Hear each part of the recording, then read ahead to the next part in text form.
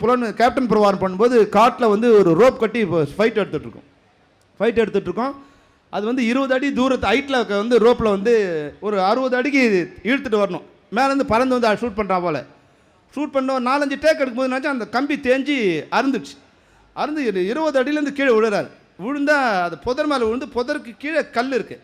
கல் வந்து அவர் பம்மில் வந்து அடித்து இதுவாகிடுச்சு. உடனே என்ன பண்ணுறாரு, மாஸ்டர் வந்து பயந்து அடன்னு ஓடி வர்றாரு. உண்மையாக ஒரு மிகப்பெரிய வலி. ஆனால் அப்படியே எழுந்து நிற்கிறார்.